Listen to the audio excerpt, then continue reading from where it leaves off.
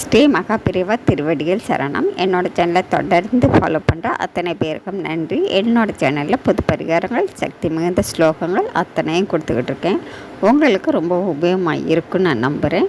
இந்த பதிவில் நாம் பார்க்க போகிறது தொடர்ந்து வரக்கூடிய கர்மா தீரணும், நாம் தெரிஞ்சும் தெரியாமல் செய்த பாவங்கள் கரையணும். அப்படிங்கும் பொழுது நாம் செய்ய வேண்டியது என்ன அப்படின்னா, முடிந்த வரைக்கும் தான தர்மங்கள் இல்லாதவர்களுக்கு கொடுங்க. உணவு தானம் கண்டிப்பாக கொடுங்க. அது கூடவே தண்ணீரும் சேர்த்து கொடுங்க. உணவு மட்டும் கொடுக்கக்கூடாது. அது கூடவே ஆடைகள் வாங்கி கொடுக்க முடியும் அப்படின்னாலும் அதையும் நீங்கள் கொடுக்கலாம். தெரு ஓரங்களில் படுத்திருக்கக்கூடியவங்களுக்கு நீங்கள் கொடுங்க. அவங்க உடுத்திப்பாங்க. ஒவ்வொரு தடவையும் ஒவ்வொன்றும் வாங்கி கொடுங்க. உங்களால் முடிஞ்சப்போ, அதாவது உங்கள் வீட்டில் இருக்கிறவங்களுடைய பிறந்த நாள் வரும் பொழுது நீங்கள் இதை கொடுக்கலாங்க.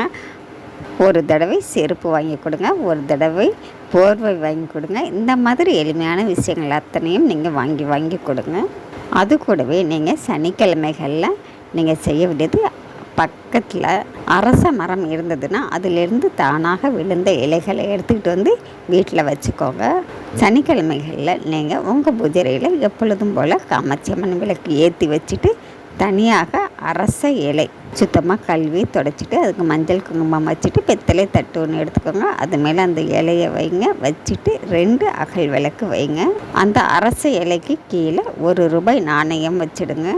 நெய் விட்டு பஞ்சத்திரி போட்டு நீங்கள் அரச இலை தீபம் ஏற்றுங்க. உங்கள் வீட்டில் விநாயகர் பெருமாள் இருப்பாங்க, அவங்களுக்கு முன்னாடி இந்த தீபத்தை ஏற்றுங்க. உங்கள் வீட்டில் இருக்கக்கூடிய நெய்வேத்தியம், கல்கண்டு, பாதாம் பருப்பு, முந்திரி பருப்பு, எதுவாக இருந்தாலும் சரிங்க, உங்கள் வீட்டில் இருக்கிறத வைங்க. வச்சு நீங்கள் வழிபாடு பண்ணுங்கள். மறு வாரம் அந்த அரச இலையை எடுத்துகிட்டு புதுசாக இன்னொரு இலை வைங்க. இந்த மாதிரி தொடர்ந்து செஞ்சுக்கிட்டே வாங்க. இதுக்கு அதாவது இத்தனை வாரங்கிற கணக்கெல்லாம் கிடையாது. நீங்கள் தொடர்ந்து இதை செஞ்சுக்கிட்டே வாங்க. கண்டிப்பாங்க உங்களுடைய பாவங்கள் அத்தனையும் ராஜ வாழ்க்கை வாழ்வீங்க. அரச இலை தீபம் ஓடும் பொழுது அரச வாழ்க்கை கிடைக்கும் அப்படின்னு சொல்லுவாங்க. அதனால் இந்த தீபத்தை தொடர்ந்து உங்கள் வீட்டில் ஏற்றிக்கிட்டே வாங்க. நன்றி. நம்ம அடுத்த பதிவில் பார்க்கலாம்.